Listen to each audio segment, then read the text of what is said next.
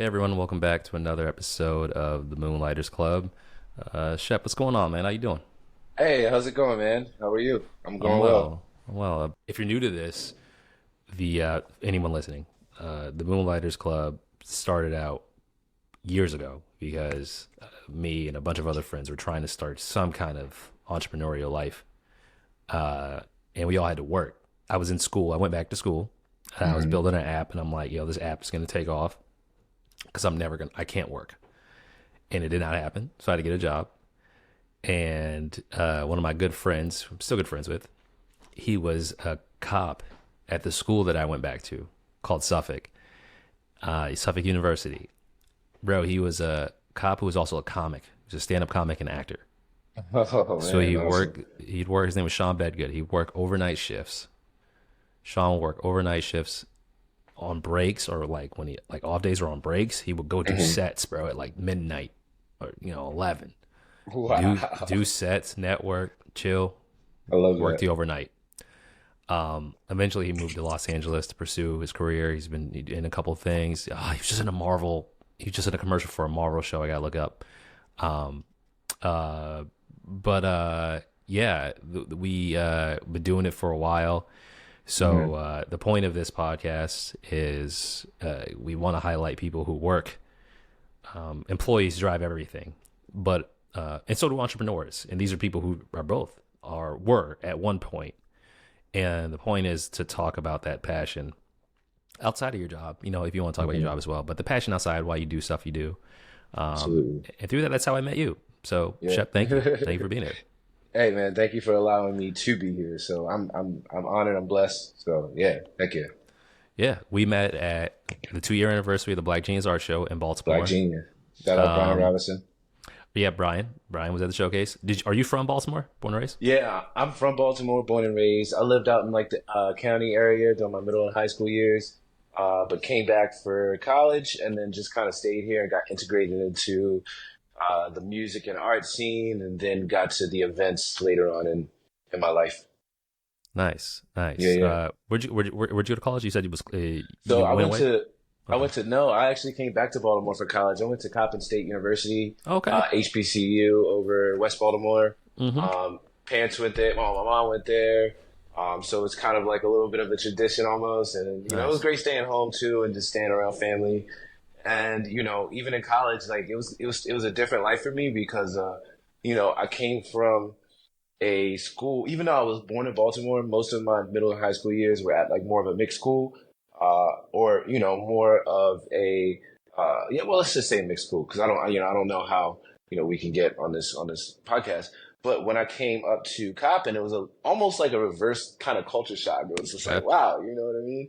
Because like it took me a while to even get accepted into kind of like the groups in Coppin. So, but after a while, it was a great time. You know what I mean? I learned a lot. I got integrated to the scene and just kind of like even kind of like remember who I was at one point. So it was good. Yeah, and you can talk however you want. Feel free. I know what you Yeah, mean. yeah. Especially you're from Baltimore. For those who don't know, I grew up in Boston. I live in Hmm. DC now. DC's always had a reputation of being chocolate, well, most chocolate city, and it's been gentrified. But Baltimore, less talked about, is a black ass city. Like Baltimore is very, Hmm. very black. Uh, Black holes are Hmm. everywhere. They're integrated, and that's like a lot of Maryland, right? DC, Maryland, Virginia, Baltimore. It's a lot of black folks here. I know exactly what you're talking about. Like you can have Yeah. experiences in Baltimore where all you're seeing are black folks, but then you drive 5 minutes, it's mixed. Maybe it's all white. Maybe Hmm. it's a different ethnic group. But then you have this HBCU and Coppin, and then also it's a HBCU. So that's Hmm. my wife went to North Carolina A&T. So Okay. I've never gone, but I understand how you can talk about like groups. You got fraternities, you got sorority, you got teams, things like that. Did you like it there all in all? I actually did like it at Coppin. I spent a lot of my time kind of like hanging out with friends my first 2 years because, like I said, they I wasn't really accepted as at first at Coppin. Um, so I just kind of like met some people through just like going out or the music scene, and then kind of became friends with them. So sometimes I would end up in like other areas in Baltimore, other colleges, meet new people. So that was actually really good for me. But all in all, Coppin itself, when I really got integrated into the school, was great. Yeah. I didn't really like join any clubs or anything, but I was going to homecomings. I was making friends. We were all Nice. hanging Okay. out together, and like I definitely felt at home a Good. lot more around like my sophomore junior year. What'd you go to school for? So I went to school for, I guess, it was business management, but I guess my minor was marketing. But like I didn't really think I really wanted to do anything with it at first until I got into like the music scene, and I thought it was going to be kind of beneficial for me. Okay. But to be honest, like I didn't really like, how do I say this? I didn't really like pay too much attention to the business side of it until I got out of college. You know what I mean? Yeah. And then Yeah. I started really applying it. Mm. So after that, like it just kind of like started kind of coming to me, and I decided to start putting on my own events. And Yeah. then that's when the business side really just kind of came to me. So business management was my major, marketing was my minor, and yeah, that's what I went to school for. When you graduated, did you jump? Because I know you were talking about the music scene, hmm and we'll talk about stuff you do now for sure. But when you first graduated, did you work immediately? Did you do the entrepreneur thing first? Yeah. When you were out of college, what did you want to do? So when I was out of college, to be honest, I wasn't really doing events then. I was just doing music, and I just wanted to kind of push that. So I was working. Okay. I was working. I forget where I was working. I was working at Abercrombie and Fitch at 18. So I was working there for a while, making my little, minimum wage. It was cool, I was living on campus. And then, I was just kind of trying to push my music, rolling with different people, Wisdom Court Entertainment. We did a group called Team Flex as well. Okay. Me and my friend Phil Lynch, shout out to him. That went pretty well. And then, and then I started getting into kind of like putting my own events because I was going to other people's events. I was supporting other artists, and I was seeing things I didn't really like. Like, for example, like you go to a hip hop show and there's like 20 artists on the bill. And I'm like, I don't want to see all these hip hop artists. It kind of gets repetitive and old after a while. So I started doing hip hop shows with 5 acts on the bill, 4 acts on the bill. Now when I do events, I don't put a lot of people on the bill. Like if I got something with a DJ, I put one DJ. I got Yep. one. You know what I mean? If I have a concert where I put one band on the bill and it works out perfectly. You know what I mean? So like I've learned to kind of like do things my way. Um, and it's been working for me. You know what I mean? People have been seeing that, there's been like, things are a little bit different over here at the Bentley brand and Coffee Club as well. So So when you were first in music, what were you doing musically? Singing, writing, rapping, hip hip hop. hop, Okay. yeah. So I started out doing rapping, hip hop. You know, I got into singing a little bit, but mostly hip hop. I had like a little funk band I was going with Okay. at a while, like a hip hop funk band that was going on for a while. We didn't really do any shows. Short lived, like rock band as well. But like I said, mostly hip hop and I've been doing that until about like 2010 when I started getting the singing involved. But it wasn't really R&B. It was just kind of like the rap sing, kind of like the Yeah. Drake style. And that was around the time when Drake came out. So, Okay. everybody wanted to be like him at that time. So I took that and I kind of made it my own. And then, I kind of got into the pop world a little bit and like the EDM world, and tried my hand at that. So I've been kind of all around putting my own Shepsworth Bentley style in different genres, if that makes sense. Yeah, man. It's Baltimore has an interesting rap scene, like It because does. DC does like Go, of course, DC, and now they have rappers, but a lot of that, and they had different things in the past. But I've hmm noticed recently, most of the stuff I hear is like of the drill sorts. Baltimore, from growing up, and I'm gonna date myself. I'm 40 now, but like it wasn't. There were people listen to rap, they listen to hip hop, hmm but I also hear a lot about house, things like that, where Love the house music. music, yeah, the music variations were different. So, is there? hmm Would you say when you started making music that Baltimore had its own, like for example, I grew up in Boston. I'd say like most of the music you would hear if you went to a show is like New York based hip hop, like New York sounding, that 90s sounding kind of what they were doing in New York is very similar. When you were coming up making music in Baltimore, what did the music sound like? And in terms of hip hop and what you were making, was it somewhat similar or no? Was it like totally different? What I was making was pretty different. I was very versatile though, so I could make that stuff, but it was pretty different after a Okay. while.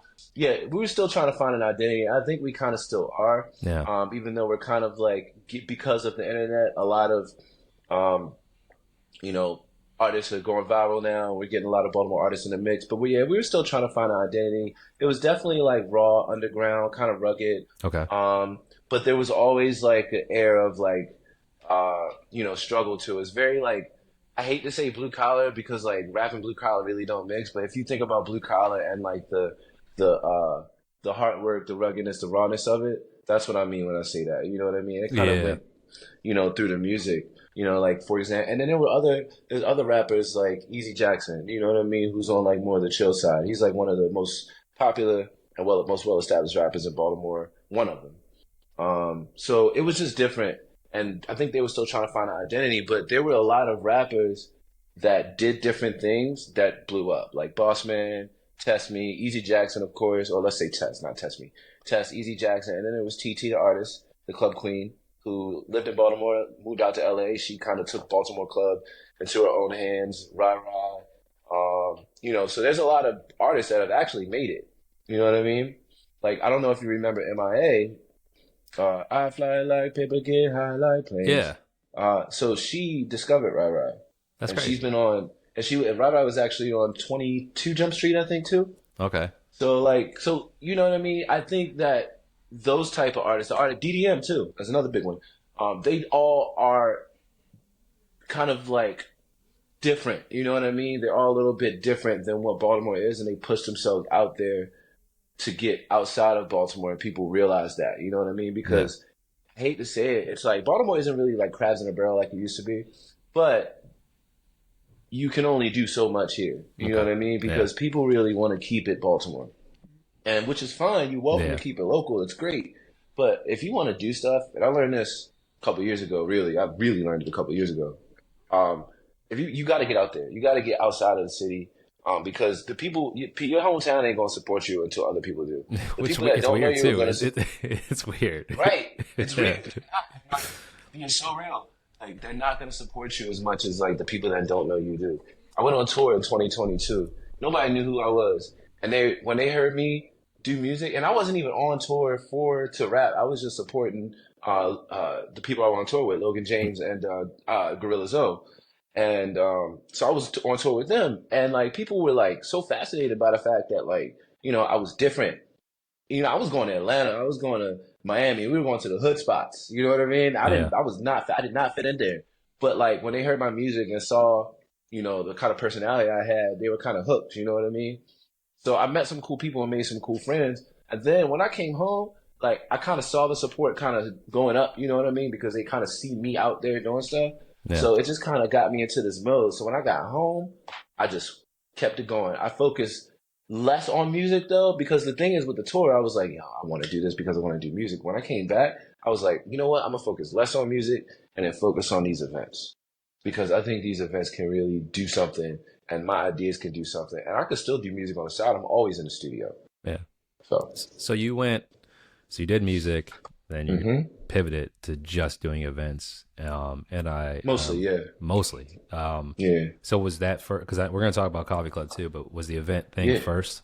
You stopped it? Yes. Okay. All right. Wait, after I switched from music, Yeah. yeah. Yeah. Yeah. That was the first thing. I was already kind of doing both at the same time, but like when I came back from tour, that's when I really started doing it, because I already had come up with the coffee club idea.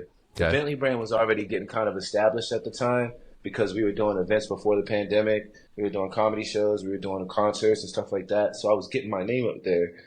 So when I turned straight into events and mostly events, it just kind of like clicked. You know what I mean? Yeah. And that started that, but then I started learning other things about the business that I could use to utilize myself, my skills, like, everything from promotion to content creation, creating sponsorship decks, you know, artist booking.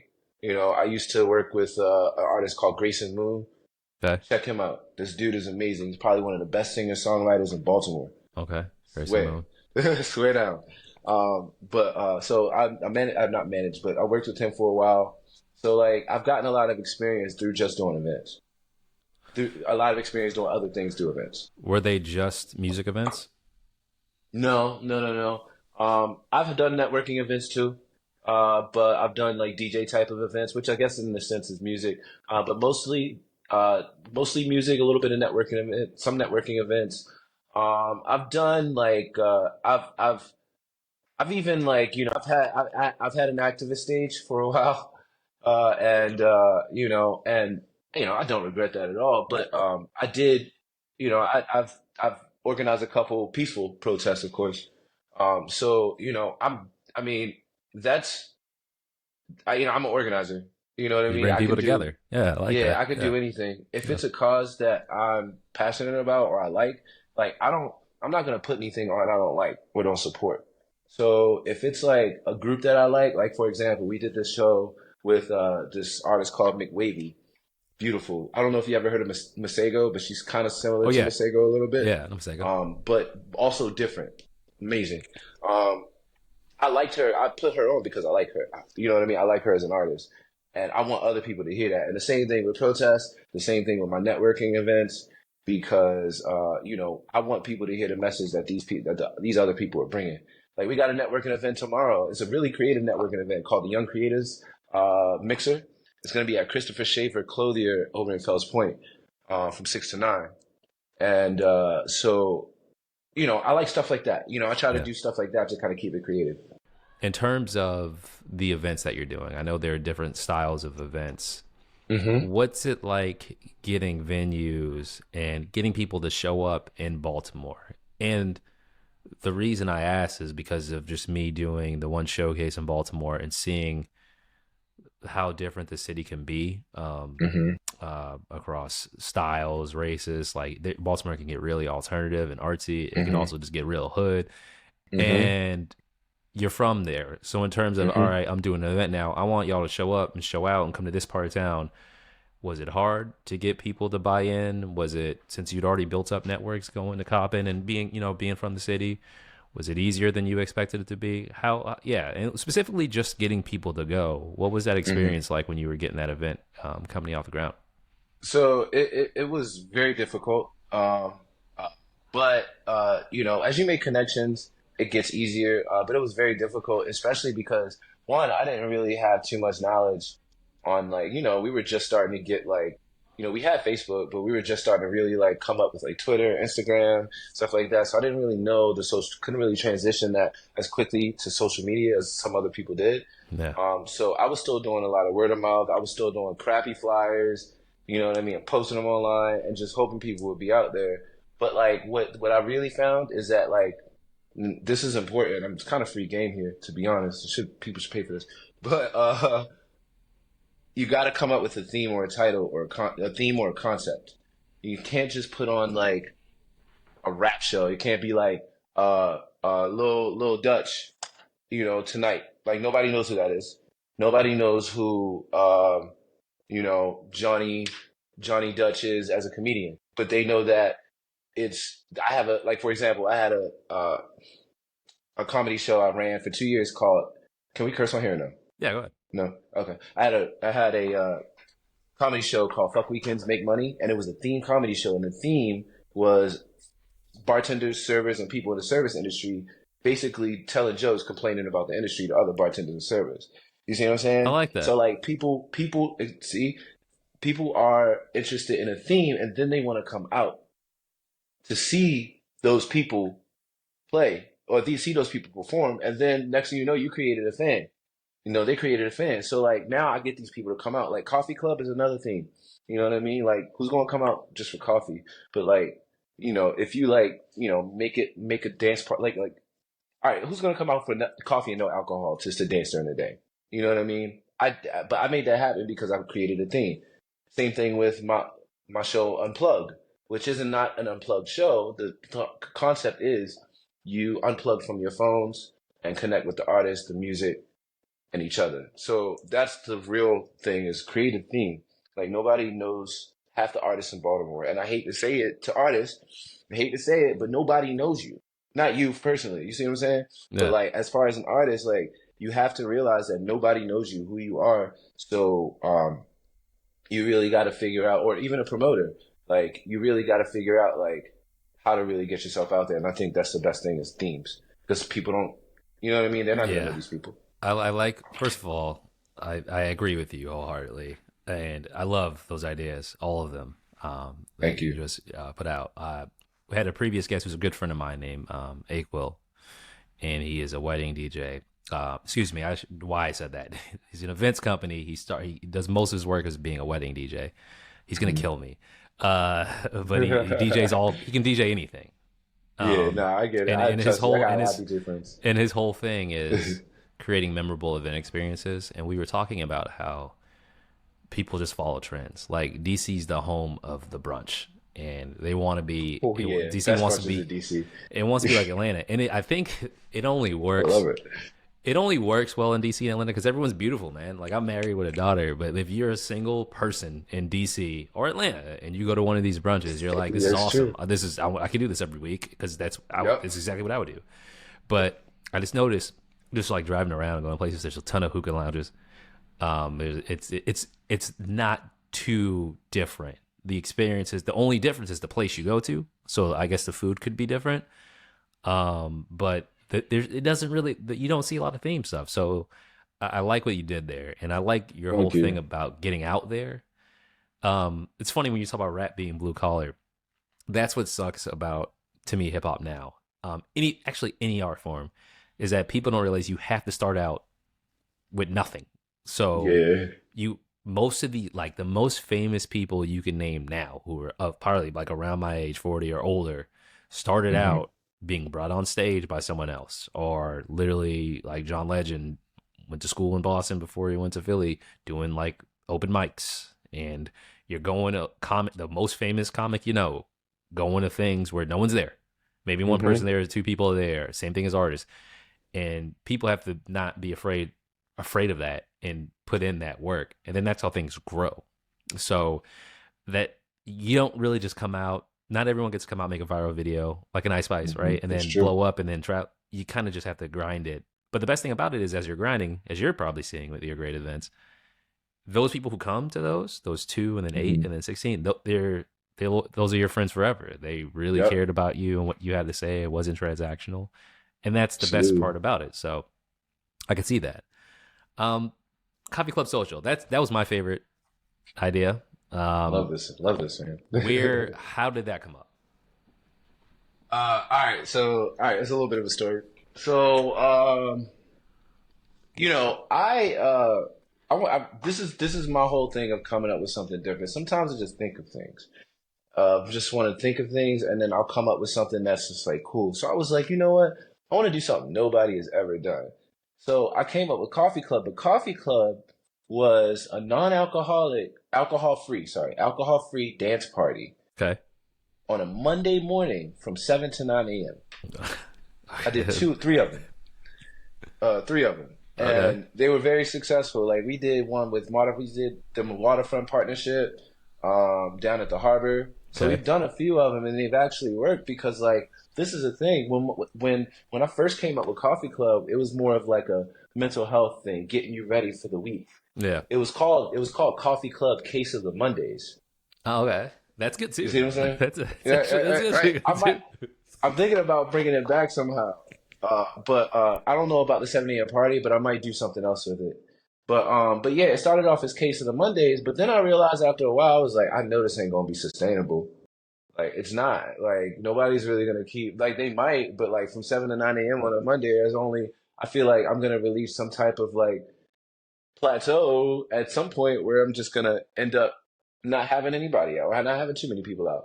So then I kind of switched it up. So earlier in 2023, January 2023, we came out with Coffee Club the Sunday sessions. Um and that took off. And the Sunday sessions, are even though it still has the mental health aspect, NAMI, National Alliance of Mental Illness, is there all the time, every week, every month. Um, it still brings the fun to it with the DJ. Still has a DJ and it had vendors, but it's in more of an enclosed space because we were doing it outside. But it's more of an enclosed space, so it feels like it's a party. You see what I'm saying?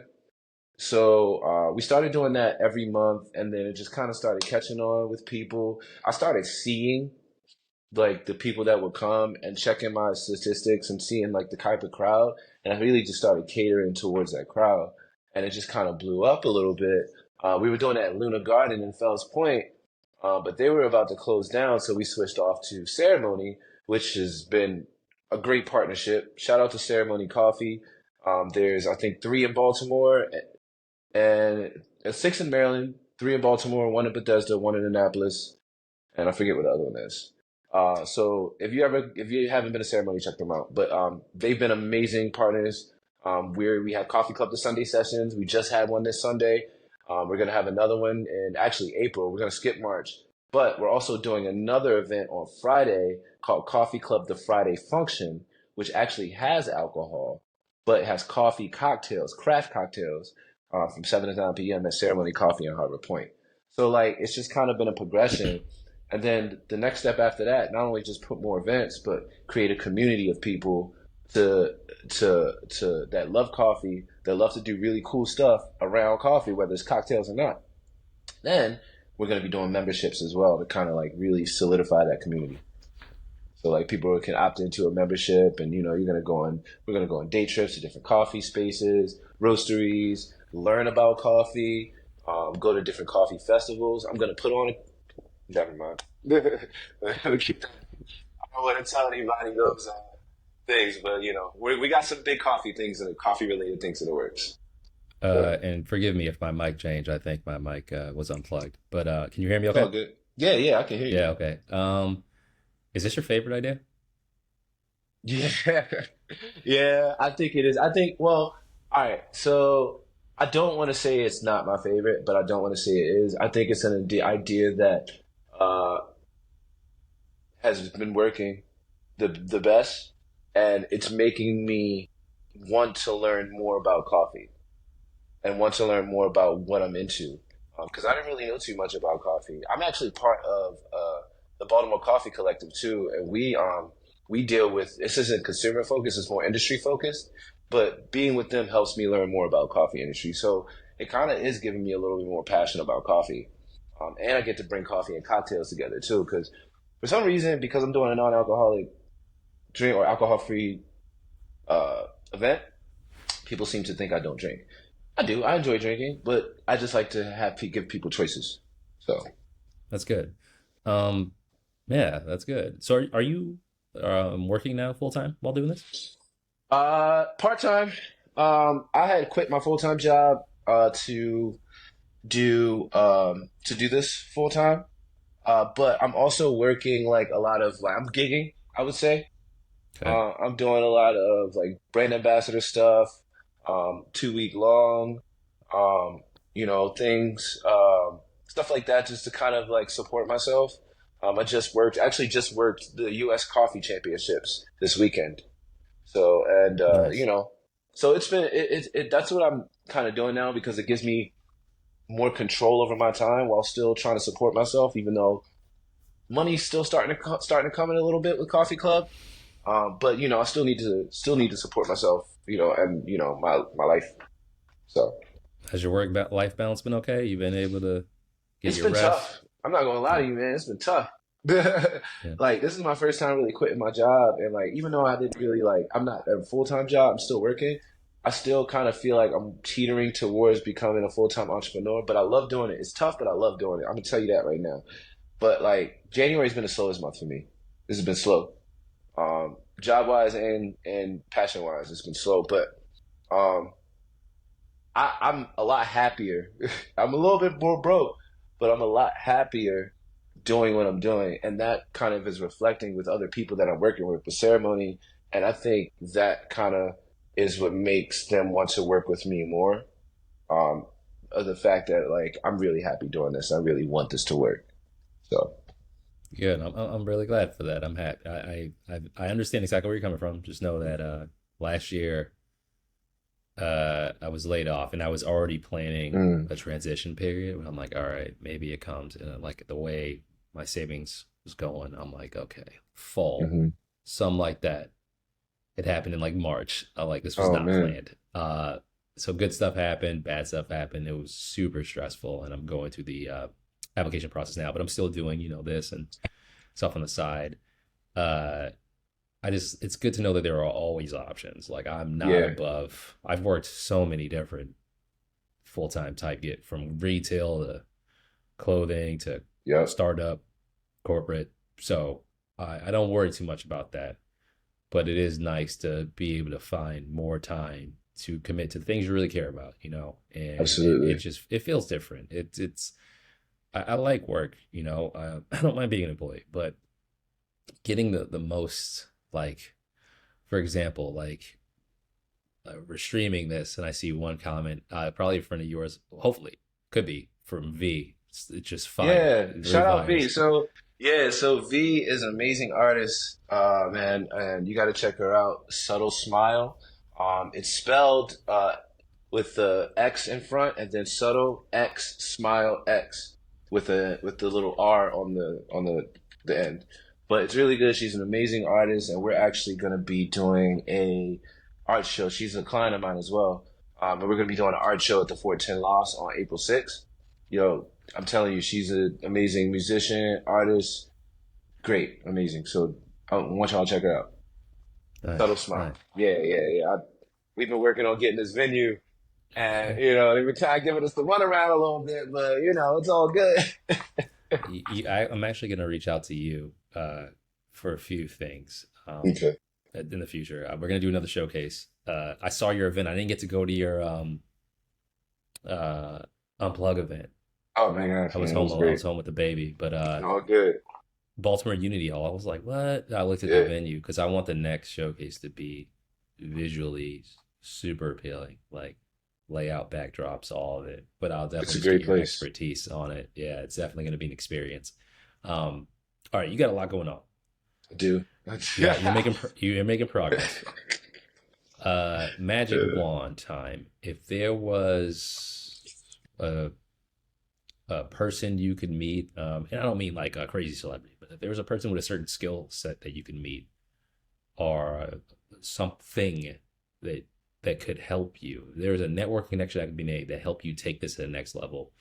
What would that be? And I mean examples. I have friends who say, "Man, if I can meet a business consultant who can help me organize my milestones, if I can get an accountant to help me with taxes and things of that nature, if there was one person with a skill set or one thing that Hmm. that's exists out there that you'd like to combine with what you're already doing to take you to that next level, what do you think Hmm. that is?"